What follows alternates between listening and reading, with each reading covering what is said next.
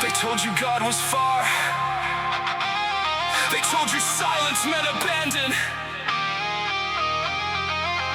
Listen to what Paul says from a chain.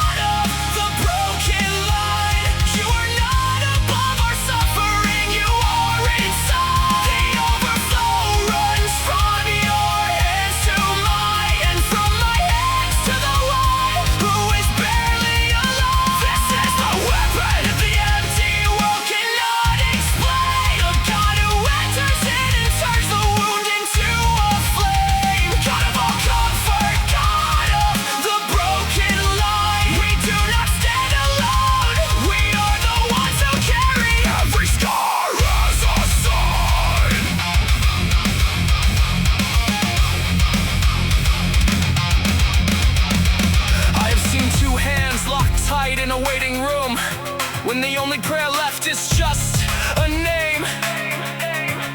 I have watched a wound get dressed by someone who pulled back their sleeve and showed their own same scar, their own same pain. This is where the theology gets teeth. This is where the doctrine bleeds and breathes. Paul chained and writing by a candle's light, sending comfort like a letter overseas. The roots of separating trees run deep. Underneath the ground they find each other.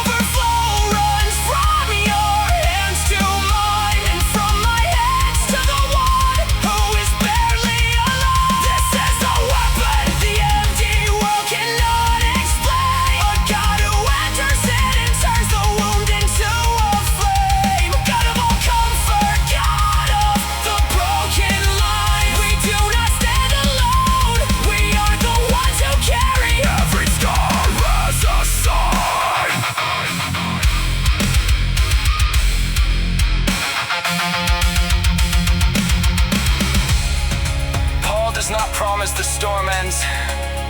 He promises something older, something heavier than relief. He says the sufferings of Christ overflow into us, which means we are not carrying something Christ has not already carried, which means the comfort that held him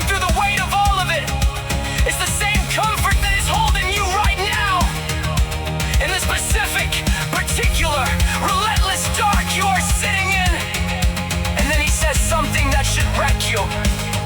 He says that comfort was not given to stop with you. It was given so you could pass the lamp, so you could be the hand that dresses the wound. Because you know what the wound feels like from the inside. This is not self-help. This is not inspiration. This is the character of God moving through broken vessels into a world full of people who are barely holding on in rooms no one can see. You are equipped, not forgotten. You are sent, not abandoned. The lamp is in your hands. Now carry it forward. Carry it forward. Carry it forward. God of all comfort, God of the broken line.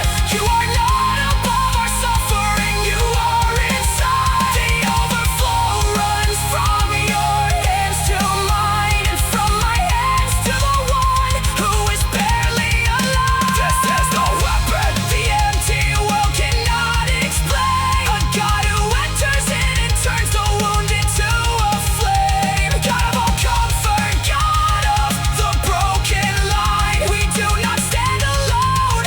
We are the ones who carry every scar as a sign.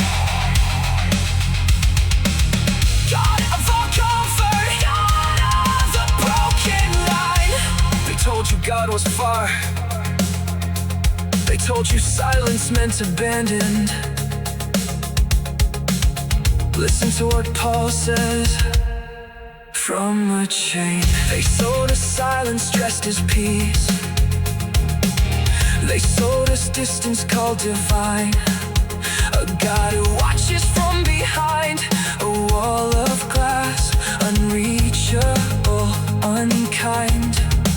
But I have knelt in a wet field after the storm, with mud on